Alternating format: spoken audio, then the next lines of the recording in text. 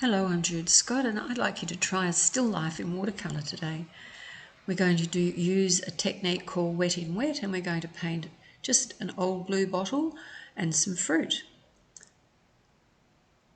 So getting started, I've pre-drawn my bottle. It's really worthwhile practicing your drawing to make sure that you've got, the bottle, the correct shape, the right size, the proportions are correct in relation to the fruit. And I do this by a method called mapping and plumbing. And I look and see where the neck of the bottle is in relation to the shoulders of the bottle. And often if you draw a line down, you'll find that it connects somewhere to the objects that you're painting. So I've used wet in wet, and I'm putting in a lot of water. So to begin with, I wet the bottle and then I wet the area around the bottle so that some of the edges are very blurred and soft, and you don't get really hard edges like you can if you don't have wet paper. So if your paint is not flowing over the surface of the paper with ease or flowing easily, you haven't got enough water. It is watercolour. The colour is moved by having it in the water. So here I'm wetting the edges of that pear again because I want the green to go outside the pear and extend into the shadows. You can see I've got a big pot of water and I'm using loads of water, and the paper is hot pressed. It's very, very wet. And this is the wet in wet technique, which is fabulous to use and have fun with. So I've got a mango there from the garden. I know it's very red at the moment, but that colour will fade as it dries, and I can put some more yellow into that to make it less red.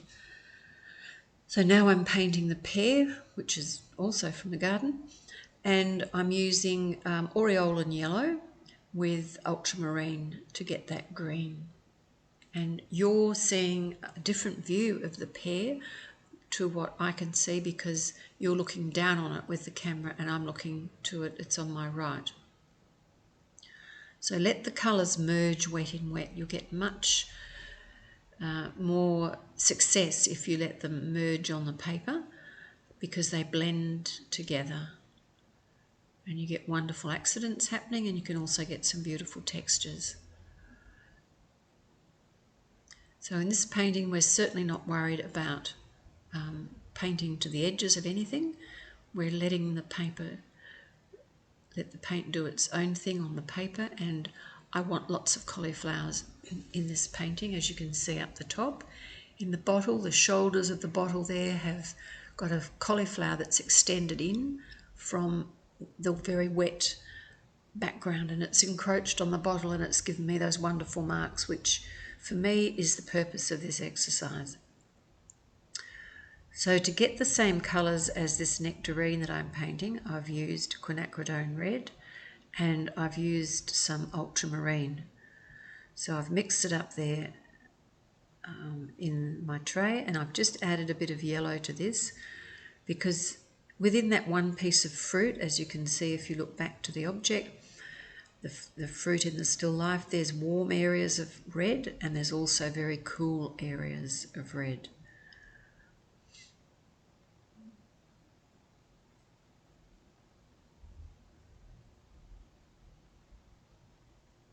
So again, using lots of water to get that paint to merge on the paper.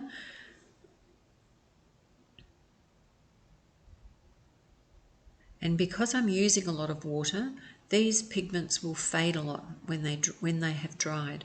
So don't be afraid to use lots of pigment, a lot more than you would if you were just painting wet on dry paper. And you can always come back and put another layer over this when it's completely dry and sort of almost start over. So there's no need to panic if it's not working the first time and think it's too pale. You've got plenty of time. Just let it dry completely and come in and paint it over it again.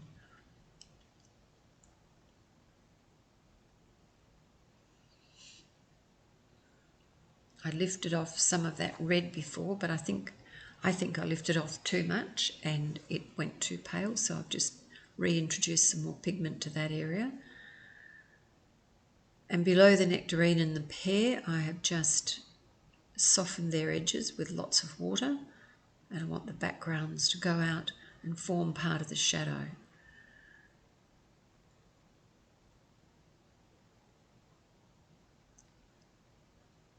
So I keep adjusting the amount of water in my brush by just drying it on the towel that's underneath the paper.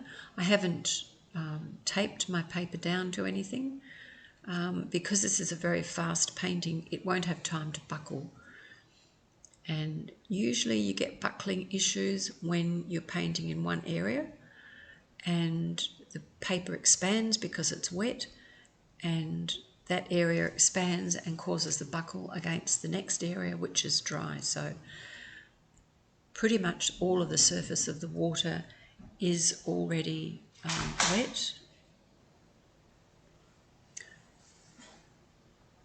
Okay, so the next area here that I'll work on is going to be some background. So if you've got a nice wide brush, they come in handy. That one was a little bit wide. So I've got a 1-inch flat brush here that I'm using, which if you squeeze the paint out and dry it off a little bit, it gives you a wonderful, quite a hard edge. It'll lift out fantastic ripples in water or a nice pale line around something. Very handy brushes to have. The other brushes that I'm using are calligraphy brushes, which I love because they hold so much water and they give you wonderful movement. They're so easy to use when you're painting. Mainly I love them because of the amount of water that they hold. So just adding a bit more water to that to get it to move along the surface of the paper. A bit more pigment. Just going over what I'd previously painted.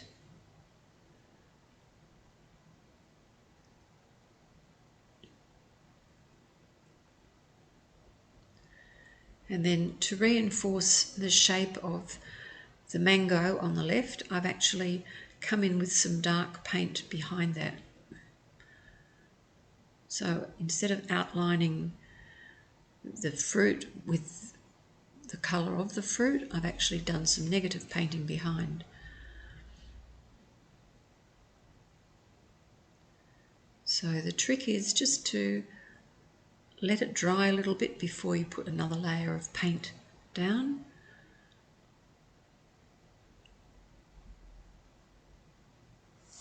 When you're doing your background. So it's just getting the right amount of water.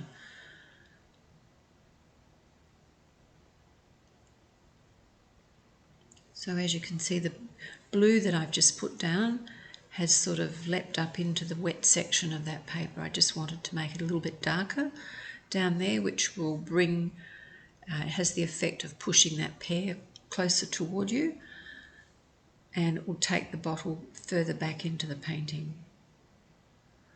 Just adding a bit more blue to make that green a little bit darker. I don't have any I don't have any greens in my paint box because I mix all my own. So there's an interesting colour mixing video if anyone would like to watch it, where I did the setting up of your watercolour paints in paint box and on your palette. It's in the previous.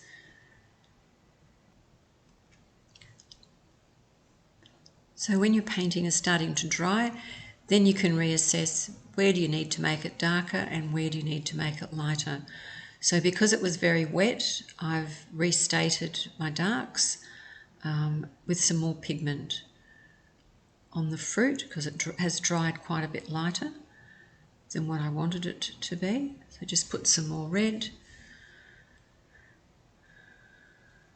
And the red is a mixture of Quinacridine Red and a little bit of cobalt blue.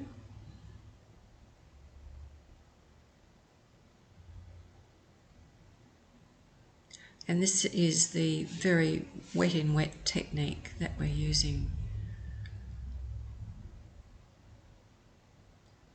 So just still putting even stronger pigment down.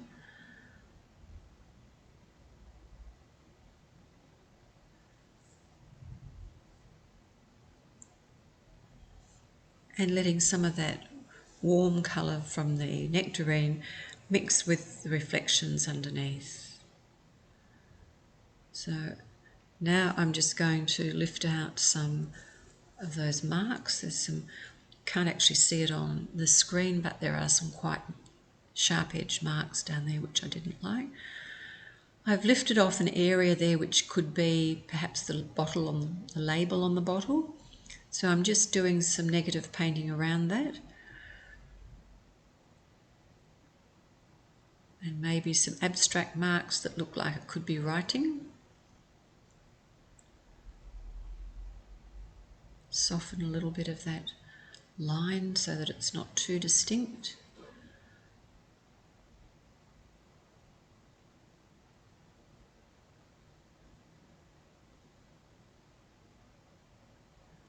There, I think it's just about finished, so I'll sign it.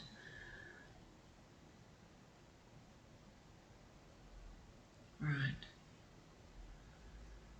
Okay, so this is the finished painting. You've got lots and lots of texture in the background.